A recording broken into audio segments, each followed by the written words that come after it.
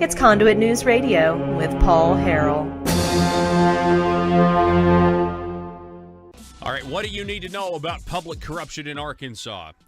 This is what we've got Josh Waters on the line with us. Josh Waters is with Political Strategies, and if Joe will get off the phone with him and stop talking to him and actually put him in, it must be really important. It must be really important.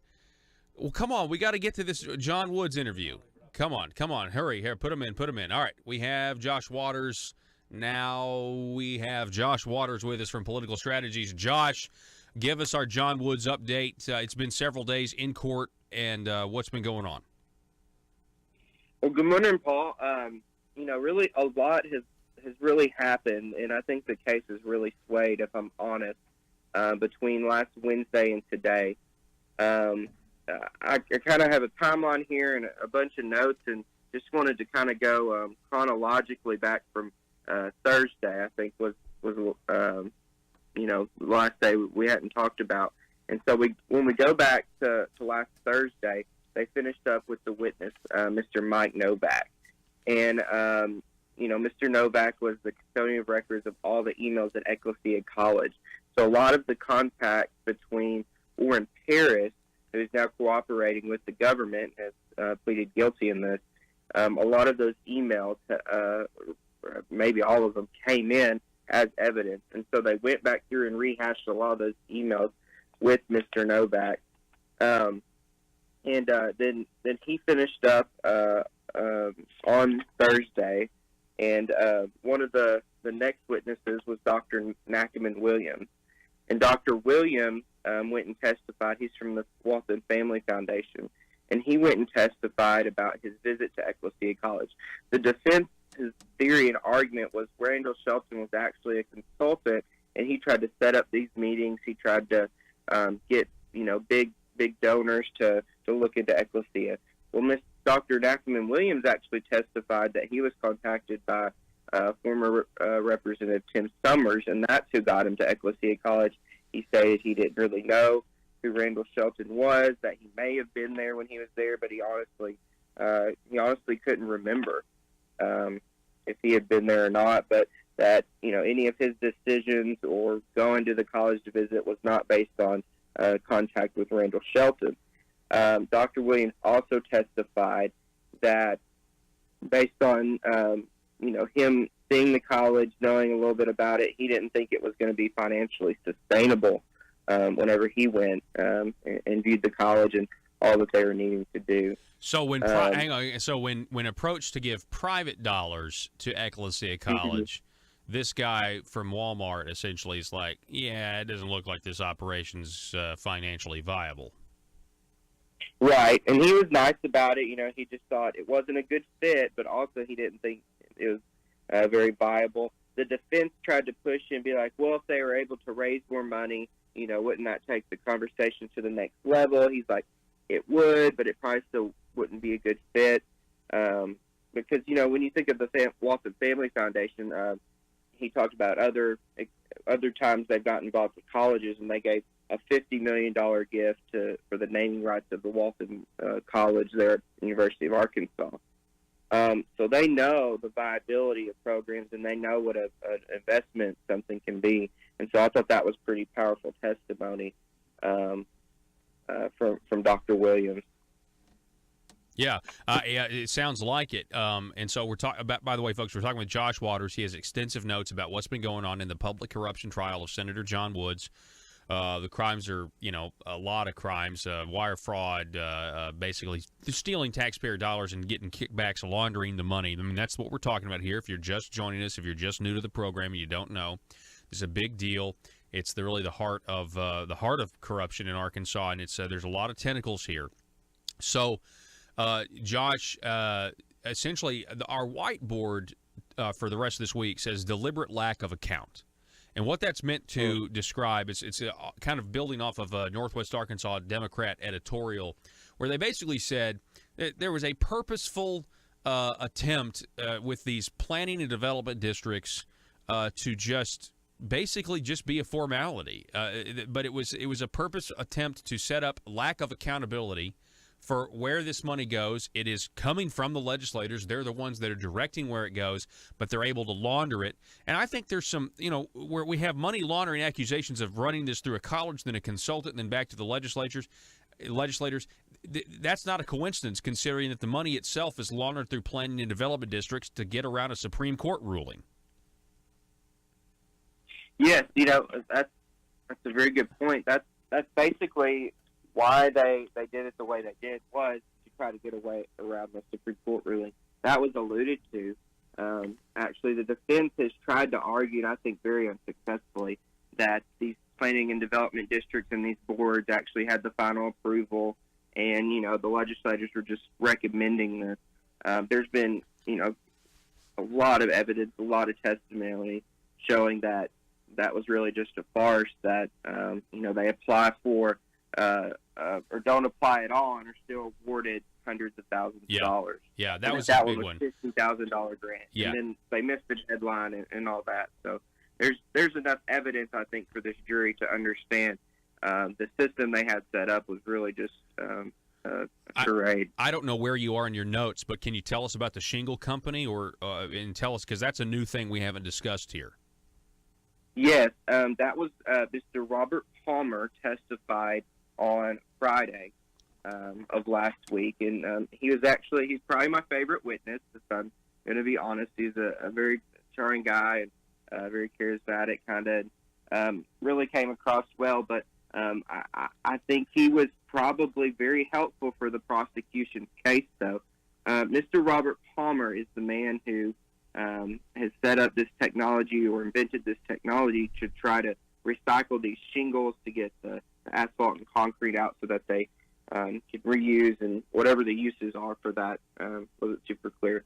But what they did with Mr. Palmer is they went through kind of the timeline of Jon Woods' involvement, Randall Shelton's involvement, and Orrin Paris's involvement in this shingle resource and recycling company. And Paul, at the end of the day, the current operating agreement for that company, Jon Woods is not technically has a membership interest. But what the prosecution did is they looked back at other drafts of these operating agreements. And that kind of goes back to your point. What you mentioned earlier on the show was these documents will actually be sealed, these operating agreements, because of some proprietary information in there. And so really the only way to get this information is being there in the courtroom. And so when we look at these operating agreements going back, Jon Woods' name and membership interest was involved in two of the drafts before the final draft. And then what they showed was there's actually text messages Senator Jon Woods was calling for meetings of this company. And so I think the prosecution's, their theory was they had this shingle and recycling company together, and Jon Woods on paper wasn't a member, but he was actively involved. They showed texts of them meeting, them discussing the company. And Paul, at the very end of Mr. Palmer's testimony, was actually probably some of the more powerful testimony in the case. It was actually the defense counsel who got more into it. The prosecution put on a bill. It was Act 441 of 2015, and it was an ADEQ appropriation of GIF money for $250,000. And what it would go towards is this shingle and recycling company for startup costs for that. And so the way Mr. Palmer characterized it, he was very honest. He said, oh, yeah, that was what, Jon Woods was trying to help us get funding with. That's what that bill was about. And so when defense came back and was cross-examining him, the attorney for Shelton, was kind of pushing, well, that's not really what it is, right? And he read through it, and he's like, oh, you're right. He said he mischaracterized it, but that this was just a bid process that they would have to go to. And so she's like, so anyone could have applied for this. And Paul, his response, I think, just closed it, closed out his testimony. There's no more questions. He said, we are the only people in the world that can do this. This is technically a bid process, but we're the only ones who can do this. And so, again, a complete sham, using of taxpayer money to wreck to a company that Senator Woods was involved in, maybe not on paper, but clear through the text messages and their involvement. Wow. And he was trying to funnel public money to that under the guise of a grant, but knowing they're the only ones who could even have the technology required for that grant. To his own company. I mean, it's just, I mean, that's just lazy is what that is. At least this other scheme was a little bit more complicated. But yeah, so that does sound interesting. I read somewhere where it was exposed yesterday, and again, continue in your notes, whatever we need to know, but Jon Woods' fiance got a job at Ecclesia. Is that correct? Not at Ecclesia. She got a job at Alternative Opportunities, what's now Preferred Family Healthcare. Rusty Cranford hired her. Mm-hmm. Yes. Okay. Rusty Cranford hired her, and that's actually about where they ended yesterday. The HR representative from what is now Preferred Family was Alternative Opportunities, doing business as Dayspring, did business as Decision Point, where some of this GIF money, they tried to funnel it to there as well. And so I think that's probably more of what we'll see today is more of Rusty Cranford's involvement in this. And I imagine that's what we'll see today, and there'll be probably some contentious debate between the attorneys of what can come in through some emails. They alluded to that yesterday. So that's what we can expect today and what ended yesterday. But on Friday, what we then got, Paul, was well, if I can go back, because it did come out in Mr. Palmer's testimony that he actually lives on an Ecclesia College property, the same address that was registered to Randall Shelton as the registered agent of this company. And he said that they both lived there together.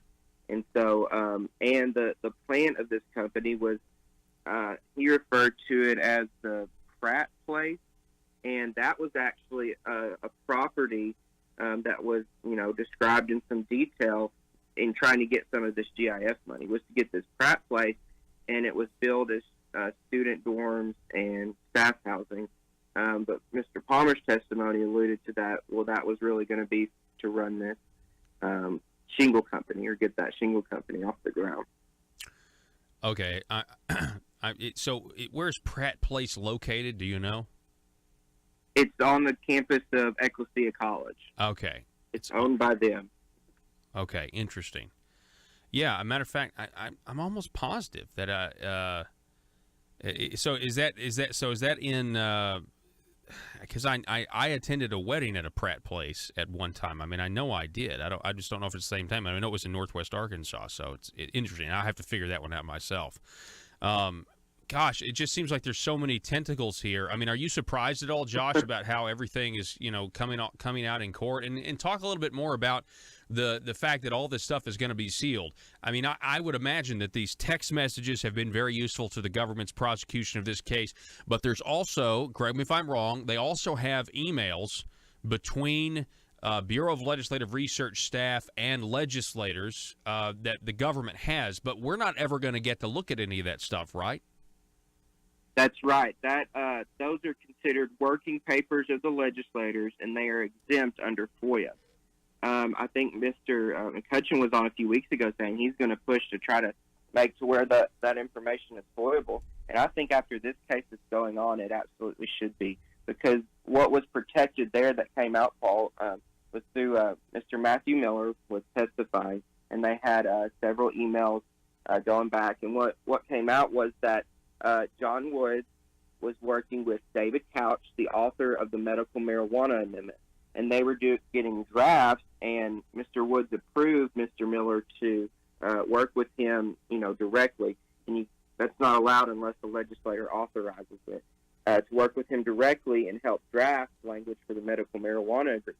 And it came out in testimony that this was actually, they didn't really maybe intend to file anything through the legislature, but they were trying to use BLR staff and resources to draft this medical marijuana amendment that they were going to use through the ballot initiative process. And so these emails and communications are not subject to FOIA, but they're coming out in open public court. And so that's why we have some of that information now, is because they came out in open court. the end of last week. So do they provide documents for the people in court, or is it just you have to rely on your your memory and you writing all this stuff down? You can't. They don't have documents to give out, but what they do is they have big screens right there in where the public sits, and so everything's displayed up on the screen, and you can it's fair game to write down and to get. Yeah, that was BLR ended, and then Friday started what I would consider, if I'm honest, that kind of the nail in the coffin for Senator Woods and Mr. Shelton. Special Agent Jon Woods was the next witness on Friday. He's with the IRS Criminal Investigation Unit. He was a civil auditor for the IRS. And Paul, he went down in detail through this PowerPoint of when calls and emails were sent, when money was sent from the planning and development districts, when it got to Ecclesia, when Ecclesia then deposited it, when Ecclesia then re-upped their, consulting agreement with Mr. Shelton and Paradigm Strategies, when Mr. Shelton deposited the money, when the money was then withdrawn in cash, and when, cash deposits were made, within a minute at the same branch into Senator Jon Woods' bank account. I mean, it was just bam, bam, bam. And, the jury, they heard almost a full day of testimony of these transactions going forward and text messages in the process about talking about meetings, talking about getting other legislators to direct money. And so it was really, if I'm honest, they tried to come back yesterday and poke some holes in it. I don't think they're very successful at all. But, that's so important, though, Paul, because a lot of that information that came out in that timeline may have been information that was in the indictment or that's known publicly. But unless this information gets into evidence, unless the jury hears it through testimony or it comes in through evidence, they cannot consider that. And so that's why I thought Friday and really yesterday as well was so important for the prosecution to get all this in. They had expert testimony on wire fraud and how they could prove that it was moving through interstate commerce while it's a federal case. So I thought that was very powerful testimony Friday and Monday. It's the detailed timeline they gave showing the flow of this money from, both beginning point, the taxpayer, into Randall Shelton and Jon Woods' bank account. They tried to argue for Senator Woods that, he cashed his per diem payment on the second floor of the Capitol, and that's why he had all this cash and was depositing it. But, like I said, there is one instance where Randall Shelton depositing withdrew cash, and at the same branch, at almost the exact same time, there's cash deposits into Senator Woods' account. So, that all does look pretty conclusive. We're talking with Josh Waters, an attorney with Political Strategies. He's covering the Jon Woods case. He's in the courtroom taking notes. Josh, you seem to think that the government's case is just really getting stronger, and the cross-examination of witnesses by the defense isn't going so well. Maybe they try to make some points. But I guess my question to you is, how do you think the jury, and this is a very subjective question, so I apologize, but how do you think the jury's receiving it? In your opinion, you're in the courtroom. Is there a chance, and I know there is always a chance, but what's the likelihood that there's some technicality or there's some way where, I guess Jon Woods and Randall Shelton beat the rap? Do you think that's going to happen? Ooh, Paul, I was thinking about that last night. I think it's really hard to say. I think at this point, if that happens, if they somehow get off, it's going to have to be something big that probably comes out from the defense side that really casts doubt in the jury's mind. It's really hard to read the jury. You try to look and see. Most of them are pretty measured. Now, when they take notes, that's always been interesting. And you can kind of get a sense of, what they think is important. And so I would think the jury probably, I don't know. I'd hate to try to think what they're thinking, but I guess I would say if I was on the jury, it would seem pretty clear to me what's happened based on all the testimony I think Orrin Parrish's testimony that's expected maybe as soon as this afternoon, probably tomorrow, that's going to go a long way. I thought Micah Neal, the first day, his testimony, and through the process, it's just been a buildup. And I think that's been reflective of, the defense counsel's tactics. The attorney for Jon Woods has asked for a couple of mistrials. On Friday, he was very adamant that his statement was, I don't feel safe driving to a 7-Eleven right now. He was so tired and they needed time to rest. And so outside of, something happening there with that kind of line of tactics. What's John's, what is, for the most part, what is Jon Woods' body language at all? I mean, do you pay attention to that at all? Yes, he's very, measured, pretty still, very, attentive to the testimony and communicating with his attorney. And Mr. Shelton seems a little more engaged. I guess I would say he's kind of up and looking at the screens more and looking at the evidence that's coming in and communicating with his attorneys. And so that's kind of their body language based just on observation in the courtroom. One thing I did want to share, Paul, that came out yesterday that was pretty frustrating to me. There was some text messages between Mr. Orrin Parrish and Jon Woods, and it was regarding the information that came out about them trying to direct medical marijuana tax money to the college, and it actually came out in the context of a meeting they had. Sorry, I'm flipping back through my notes here, but I have a direct quote, and they're talking about how using the medical marijuana money might be seen as a bad thing, and you mean between like Orrin Parrish is saying like, hey, I don't necessarily know if we want to fund our university with taxes for medical marijuana, right? Because that was the law that was drafted. That's what they were planning on doing. Yes. And so that's what came out, Paul, was that here it is. They're talking about what you just said, using the money. And what Mr. Parrish's response was is that, I'm opposed to the medical marijuana, but we can use money from the kingdom of evil and from Satan to use for the kingdom of God. And so he was on board with it. Pin drop. So yes, very much. And so. You said you could. I'm sorry. You said you could hear a pin drop when when they read those text messages. Yes, I mean it was just kind of like, oh, that kind of that no one audibly was like, oh, but it was kind of that cringy feeling that you would get, when you would hear something like that. Yeah. It was, that was pretty upsetting. Yeah. Wow. Josh Waters, I appreciate it. Just keep up the good work. I'd love to talk to you later in the week about what's going on, and let us know if we need to have you on tomorrow. If something happens today, just please let us know. We'd love to do it, and be safe out there, okay? Absolutely. Thanks, Paul. Have a great one. All righty, folks. Good morning to you. We got to take a break.